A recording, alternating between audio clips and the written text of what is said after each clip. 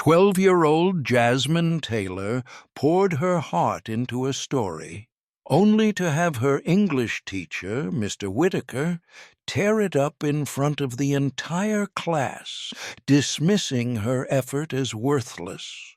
His impatience and harsh judgment left her humiliated, questioning her talent and voice. But Jasmine refused to let his cruelty define her. She polished her story and submitted it to the National Young Writers Award, where she emerged as the national champion. Just wait to see how her quiet determination turned public humiliation into triumph, and why justice ultimately prevailed in this unforgettable story. The classroom smelled faintly of chalk and old textbooks, the kind of scent that made Jasmine Taylor feel both comforted and anxious at the same time. She had stayed up late the night before, her small desk lamp casting a warm glow over her carefully written story. Every word, every sentence, every paragraph was a reflection of her world, her struggles to fit in, the pride she felt in her culture, and the quiet strength she had learned from her mother. She had written about a girl who faced challenges and found courage in unexpected places, a story she hoped would touch someone's heart.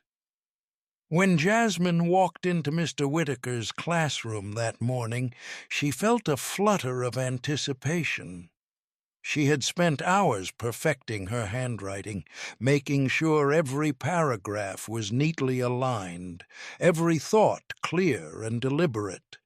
As she approached the teacher's desk, she clutched the paper tightly, her fingers trembling with a mixture of pride and nervousness.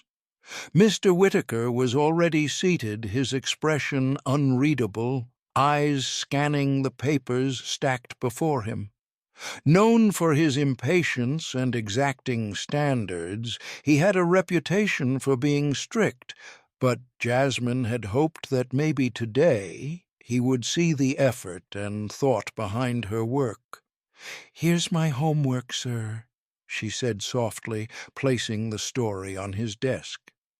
Her voice carried a mix of pride and timidity, the kind of voice that asks for acknowledgment without demanding it. Mr. Whitaker glanced at her briefly, his face tightening just enough to make her stomach twist. He muttered, and before Jasmine could even explain herself or offer a word of context, he grabbed the paper. In one swift motion, the carefully folded pages crumpled under his hands. And then, she could barely believe it, he tore them in half.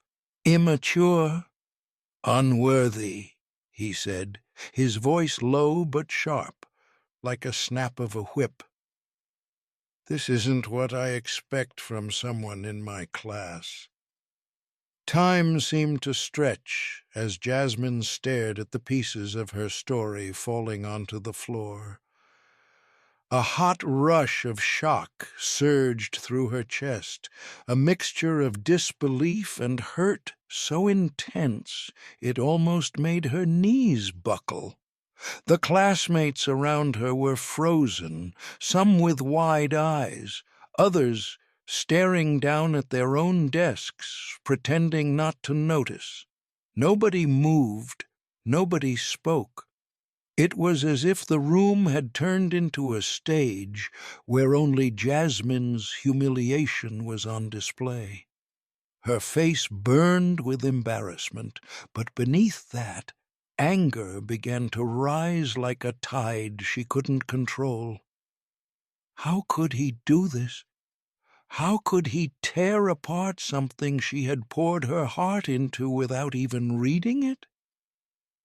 She had trusted him to at least consider her words, to acknowledge the effort she had invested. Instead, he had dismissed it as if her thoughts, her creativity, and her voice didn't matter at all. Jasmine's hands clenched into fists at her sides. Every fiber of her being screamed that this was unfair, that this wasn't just about a piece of paper. It was about respect, about seeing her as a person, as a student who had worked tirelessly. Her mind raced with a storm of emotions, disbelief, humiliation, and a fiery anger that made her want to cry out, to demand justice, to tell the world that what he had done was wrong. But she stayed silent. Her voice, so often her companion in expressing her thoughts and feelings, was trapped behind the wall of shock and fear. She could feel the tears threatening to spill, but she forced herself to breathe, to stay upright, to maintain some semblance of control. The anger simmered under the surface, a fire that refused to die out. As the class continued around her, the ordinary sounds of pencils scratching on paper and chairs creaking felt surreal, almost mocking. Jasmine's story lay in fragments on the floor, but she realized something in that moment. No matter what Mr. Whitaker had done, he could not take away the ideas, the spirit, or the creativity that lived inside her. That anger, sharp and bright, became a seed, a spark that would not fade. It was the first stirrings of a determination that she didn't yet fully understand, but one that would grow, shaping the path she would take next. Jasmine picked up a crumpled piece of paper, smoothing it carefully with her fingers. She wasn't ready to speak, but her eyes, glinting with quiet defiance, said everything her voice could not. This injustice would not be the end of her story, not by a long shot. The afternoon sunlight streamed through the blinds of Jasmine's bedroom, casting thin lines across the floor and her rumpled sheets. She sat on the edge of her bed, knees pulled up, staring at the hardwood with empty eyes. The story she had worked on so meticulously lay scattered in fragments of memory and frustration. The classroom incident played on a loop in her mind. The tearing of her paper, Mr. Whitaker's dismissive words, the cold silence of her classmates. Each memory pressed against her chest, making it difficult to breathe. It wasn't just anger anymore. This was a heavier, quieter ache.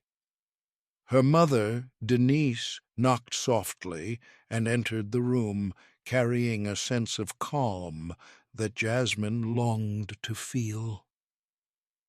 "Jasmine?"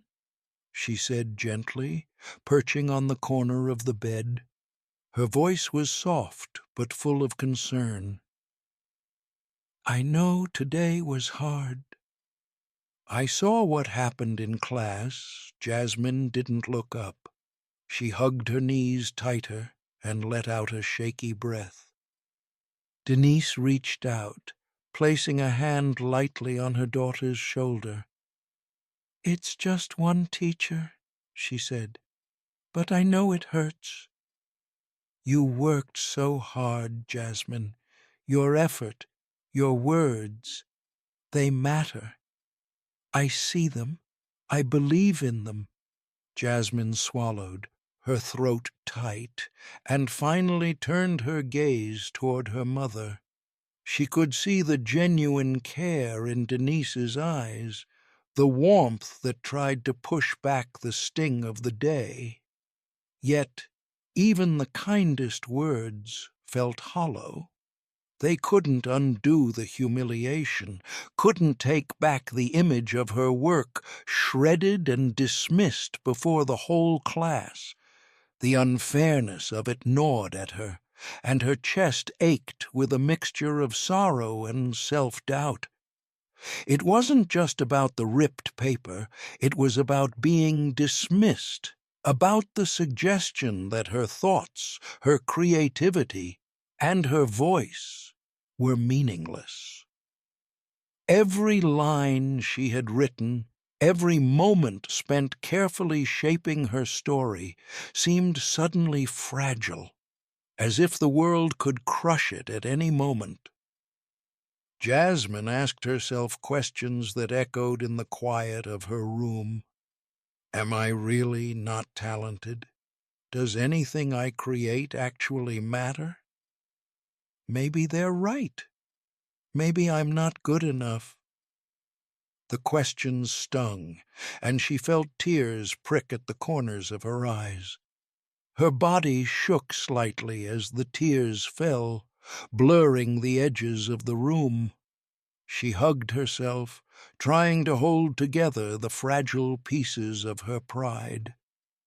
The pain of rejection wasn't just public humiliation, it was the fear that her inner voice, the part of herself she had poured into that story, was invisible. It felt like the ground had shifted under her feet, and for a moment she wondered if she would ever trust her own abilities again. Denise remained beside her, offering quiet companionship, a steady presence in the midst of the storm. She didn't rush Jasmine to feel better, didn't offer easy solutions or empty platitudes. She simply held space for the grief and the anger, acknowledging that it was real and justified, and slowly, as Jasmine let herself feel the hurt fully, something unexpected began to emerge beneath it, a quiet, stubborn resolve. The tears dried a little as Jasmine wiped her face with the back of her sleeve. She thought of the story, of the ideas and dreams that had inspired it. She realized that no act of dismissal, no tearing of paper, could erase the creativity that lived inside her. The pain of today was sharp, but it was also a reminder.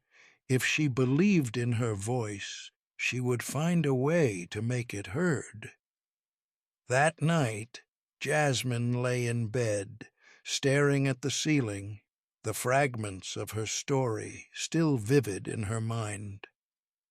The ache of rejection lingered, but beneath it, a quiet spark glimmered, an awareness that this wasn't the end. Her voice mattered, her ideas mattered. And even if the world didn't always recognize it right away, she would find a way to let it shine. It was a small, fragile hope, barely more than a whisper, but it was enough.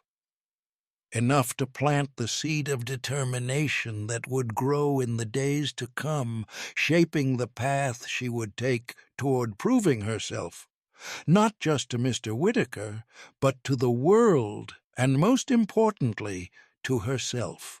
The following morning, Jasmine sat at the family computer, her fingers hovering over the keyboard, the memory of her story lying in tatters on Mr. Whitaker's desk still burned in her chest. But this time, that fire felt different.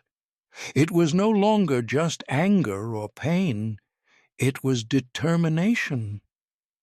She refused to let his dismissal define her.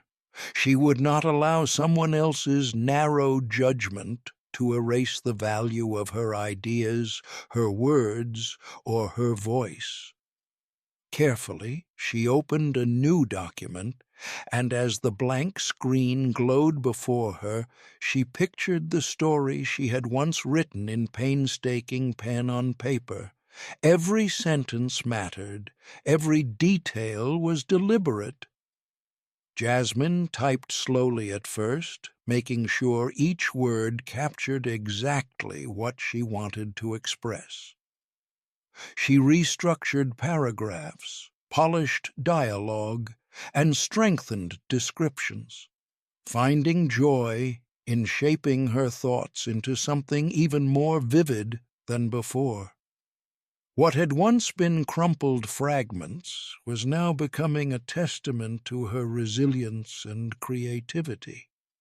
Her mother, Denise, passed by and gave her a reassuring smile. "It's beautiful, Jasmine," she said. "No one can take your words from you. You just have to let them be seen." Jasmine nodded, feeling a surge of gratitude. Her mother's belief in her became a steady current beneath the anxiety that threatened to creep back in. With that encouragement, Jasmine felt herself lifting above the shadow of the classroom humiliation. After hours of editing and reworking, she finally completed the story. Her fingers hesitated for a moment over the mouse as she navigated to the submission page for the National Young Writers Award, a competition she had read about in the library weeks earlier. This was a chance to share her voice with the world, to let it be heard beyond the walls of her middle school. Taking a deep breath, she clicked Submit. The small on-screen confirmation felt monumental. Weeks stretched by slowly. Jasmine checked her email obsessively, her heart jumping each time the inbox refreshed. Doubts crept in, the same fears that had haunted her in Mr. Whitaker's classroom. What if no one liked her story? What if it was rejected, dismissed as immature again? But she pushed the thoughts aside, focusing instead on her small victories, every sentence she had rewritten, every idea she had clarified, every emotion she had poured into her story. Then, one sunny afternoon, the email arrived. The subject line alone made her stomach flip. "Congratulations, National Young Writers Award winner." She clicked it, hands trembling, and read the words again and again. Her story had won first place. Recognition, applause, and validation came not from a classroom, not from a single teacher's opinion, but from an entire organization dedicated to celebrating young writers like her. Jasmine sank back into her chair, disbelief giving way to joy. She could feel her chest swell with quiet triumph. The humiliation she had suffered earlier now seemed like a distant memory, a shadow that could no longer touch the brightness of this moment. Her creativity, her ideas, her voice, everything she had feared might be insignificant, had been recognized and celebrated. She thought of Mr. Whitaker's cold dismissal, and a small smile tugged at her lips. The anger and pain she had carried were transformed, replaced with a powerful sense of accomplishment and hope. This was proof that her talent could not be ignored, that her voice could rise above criticism when nurtured with determination and care. She had turned heartbreak into action, rejection into opportunity, and doubt into validation. That evening, Jasmine shared the news with her mother. Denise hugged her tightly, tears glistening in her eyes. "You did it, Jasmine. You believed in yourself, even when it was hard. That's what matters." Jasmine nodded, feeling the truth in those words. The story of her hope, her persistence, and her courage was now more than just a story. It was a testament to what could happen when she refused to give up. And in that moment, hope had transformed into triumph. Jasmine had not only reclaimed her voice, but had amplified it in a way she could never have imagined, proving to herself, and quietly to the world, that she had the power to rise above injustice and create something extraordinary. The auditorium buzzed with the low murmur of students and teachers as they filed into their seats. Posters celebrating achievement and creativity lined the walls, bright and colorful, but nothing compared to the anticipation building in the room. Jasmine Taylor sat in the front row, clutching the small envelope that had brought her the news weeks ago, the letter confirming her first-place win in the National Young Writers Award. Her heart pounded, a mixture of excitement, pride, and nerves swirling inside her like a storm. Today was more than just an assembly. It was a public acknowledgment that her voice mattered, that her story and her persistence had triumphed over injustice. When her name was called, a hush fell over the crowd. Jasmine walked toward the stage, her steps deliberate, her posture upright, the weight of the past weeks pressing into something stronger, quiet confidence. She could see her classmates staring, some wide-eyed, some whispering among themselves, trying to reconcile the memory of the crumpled, rejected story with the poised, triumphant girl now standing before them. Teachers who had doubted her abilities exchanged glances, some clearly astonished. And there, near the back of the stage, Mr. Whitaker shifted uncomfortably, papers in hand, his expression unreadable. The applause began as Jasmine reached the microphone, tentative at first, then growing louder as the audience recognized the significance of the moment. She cleared her throat, took a deep breath, and began to speak. "When I first wrote my story," she said, her voice steady despite the rapid beat of her heart, "I poured my thoughts and my dreams onto paper.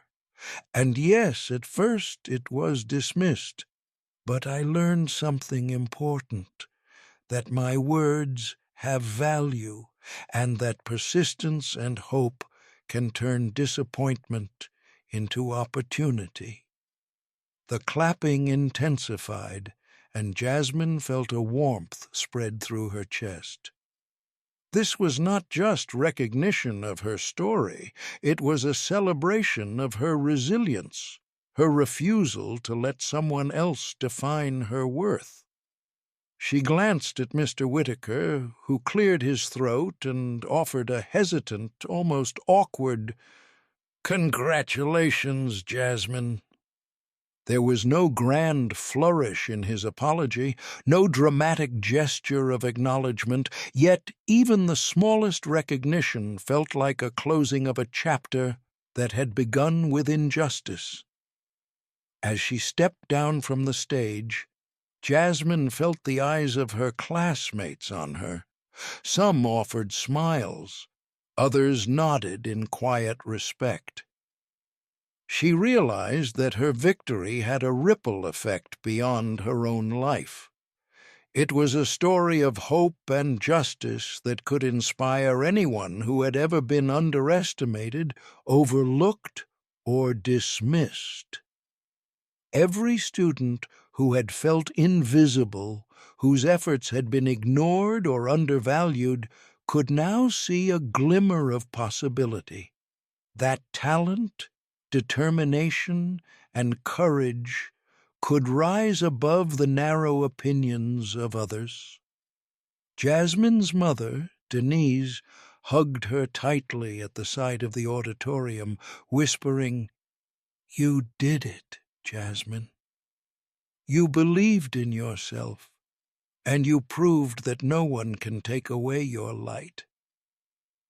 Jasmine smiled, letting the embrace ground her, feeling gratitude for the unwavering support that had kept her going through long nights of doubt and reflection. The assembly continued, but Jasmine's mind was already elsewhere, replaying the journey that had led her here. She thought of the story torn apart in class, of the sting of humiliation, and of the quiet determination that had pushed her to submit her work to the national competition. That journey had transformed her. The anger and pain had evolved into a triumph she could carry proudly, a proof of the strength of her spirit. By the time she left the auditorium, Jasmine's steps were lighter, her smile more confident. She knew that the significance of this moment would stay with her forever, not just as a personal victory, but as a message to everyone around her. That courage, perseverance, and belief in oneself could overcome obstacles and negativity.